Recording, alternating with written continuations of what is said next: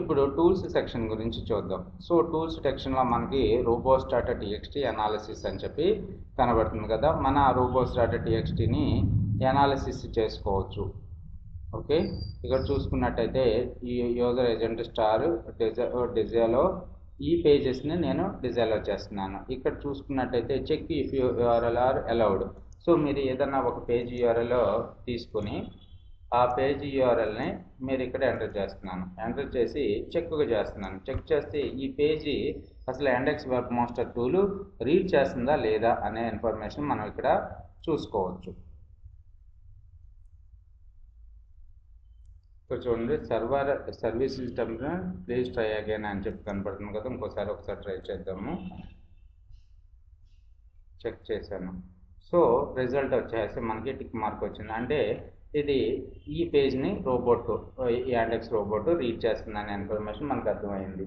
తర్వాత site map validator ఉంది. So మీకు ఏవైతే సైట్ మ్యాప్స్ ఉన్నాయో ఆ సైట్ మ్యాప్ని ఎంటర్ చేసి సైట్ మ్యాప్ని వ్యాలిడేట్ చేసుకోండి. అంటే సైట్ మ్యాప్ పనిచేస్తుందా లేదా. సైట్ మ్యాప్ డాట్ ఎక్స్ఎంఎల్, ఇందులో సైట్ మ్యాప్ డాట్ ఎక్స్ఎంఎల్లో మనకి పోస్ట్ సైట్ మ్యాప్ ఉంది, కాపీ లింక్ అడ్రస్. దీన్ని నేను ఇక్కడ వ్యాలిడేట్ చేస్తున్నాను యూఆర్ఎల్ పెట్టి. సో ఇందులో ఏమైనా ఎర్రర్స్ ఉంటే మనకి ఇక్కడ చూపిస్తూ ఉంటుంది. Okay, so number of links 38 అని కనపడుతుంది.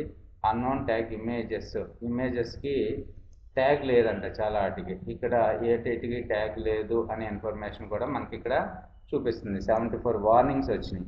ఓకే,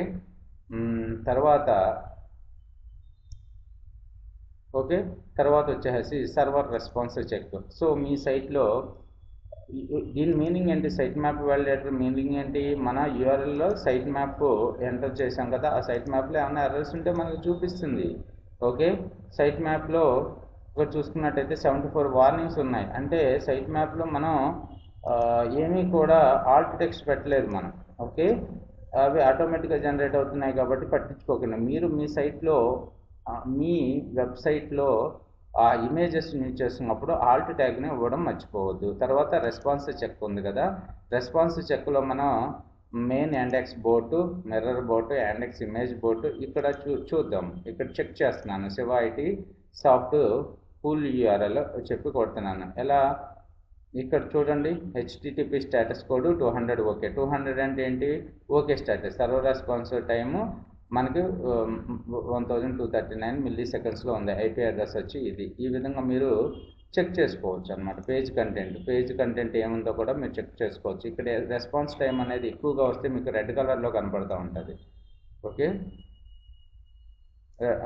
స్టేటస్ ఓకే అని చెప్పి కనపడుతుంది కాబట్టి పేజ్ సైజు 88.96. మీరు ఏ పేజీ కావాలంటే ఆ పేజీ యొక్క main index board, mirror board, అలాగే Bing blog search board, Yandex direct board, వీటన్నిటితో కూడా మీరు ఒకసారి చెక్ చేసుకోవచ్చు. తర్వాత డిలీట్ యూఆర్ఎల్ సెక్షన్ చూసుకున్నట్టయితే మీరు ఏదైనా remove from Yandex search results, forbidden for indexing or no more existing pages. So మీ పేజెస్ బింగ్ యాండెక్స్లో ఏవో డిస్ప్లే అవుతున్నాయి, వాటిని యాండెక్స్లో మీరు డిలీట్ చేసేయాలనుకుంటే ఏదైతే పేజ్ యూఆర్ఎల్ ఉందో అది పెట్టుకుని డిలీట్ చేసుకున్నట్టయితే యాండెక్స్లో నుంచి కనపడకుండా పోతాయి. Audit pages for mobile compatibility, మీరు ఆడిట్ యాండెక్స్ తోటి మీరు మీ సైట్ని ఆడిట్ కూడా చేసుకోవచ్చు, మొబైల్ ఫ్రెండ్లీనెస్ ఉందా లేదా అని చెప్పి. సో ఇక్కడ ఏదైనా ఎర్రర్స్ ఉంటే, క్రిటికల్ ఎర్రర్స్ ఉంటే వాటిని రెక్టిఫై చేసుకోండి. ఓకే, ఇక్కడ చూడండి, వ్యూ ఫోటో అవన్నీ కూడా కరెక్ట్గానే సెట్ చేశాయి అని చెప్తుంది. సో మీరు పర్టికులర్ పేజ్ని కూడా సెట్ చేసుకోవచ్చు. పర్టికులర్ పేజ్ని పెట్టి ఆడిట్ కొడితే మీ సైట్ అనేది క్లియర్గా డిస్ప్లే అవుతుందా లేదో చూసుకోవచ్చు. XML వ్యాలిడేటర్ అంటుంది కదా. సో XML వ్యాలిడేటర్లో మీరు use the validator to check your index parameter program. So ఇక్కడ ఇది మనకు పెద్దగా యూజ్ కాదు. తర్వాత స్ట్రక్చర్డ్ డేటా వ్యాలిడేటర్. సో మన దాంట్లో ఏమైనా స్ట్రక్చర్డ్ డేటా ఉన్నట్టయితే enter the web page URL. యాక్చువల్గా ఈ పేజ్లో shivaitsoft.comలో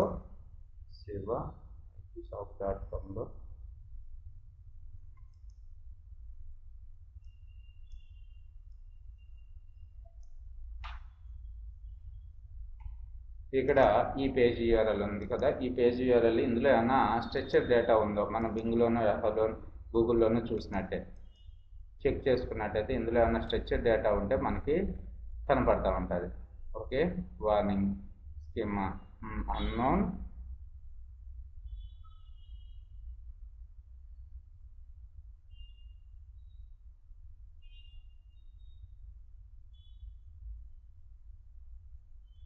ఇక్కడ ఏవైతే ఎర్రర్స్ ఉన్నాయో అవన్నీ కూడా మనకి ఇక్కడ చూపిస్తుంది. యాక్చువల్గా నేను ఈ కోడ్ని యాడ్ చేశాను కోర్స్కి సంబంధించింది.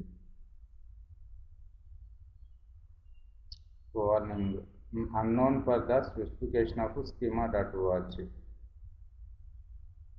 ఓకే, మనకి కోర్స్ అనేది schema.orgలో లేదు అని చెప్తుంది. ఈ విధంగా మీరు స్కీమా వాలిడేషన్ కూడా చేసుకోవచ్చు. మీరు స్ట్రక్చర్ డేటా యూజ్ చేసేటప్పుడు schema.org నుంచే యూజ్ చేసుకోండి స్కీమా. సో కోర్స్ ఇది అసలు లేదు అంటుంది schema.orgలో.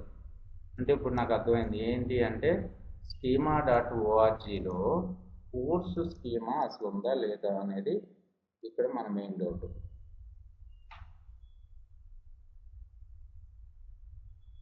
కోర్సు స్కీమా ఉంది. ఓకే, సో ఆర్డి JSON LD కోడ్ చూద్దాం. Context schema dot course. Okay, type schema dot course.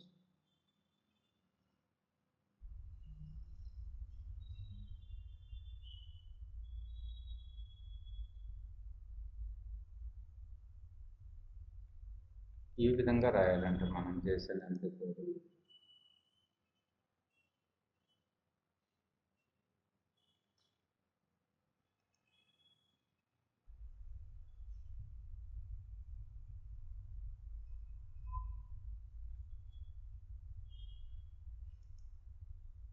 Context schema dot course type schema dot course code is F300. Schema name equal to physics provided schema dot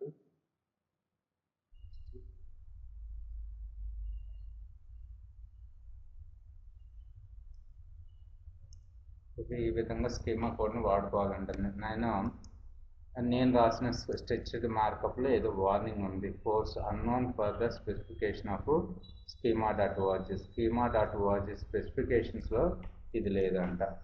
okay, so ఈ విధంగా మనం check చేసుకోవచ్చు మన స్కీమాలో ఏమైనా errors ఉన్నాయి అనేది.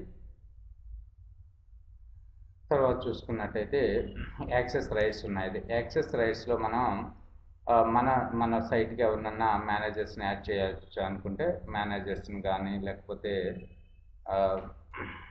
కొత్త యూజర్స్ని add చేసుకోవాలనుకుంటే యాడ్ చేసుకోవచ్చు. Thanks for watching this video. The final section. మీకు డిజిటల్ మార్కెటింగ్కి సంబంధించిన online and class room training కావాలంటే నా ఫోన్ నెంబర్కి కాంటాక్ట్ చేయండి. ఇది నా contact number. Thanks for watching this video.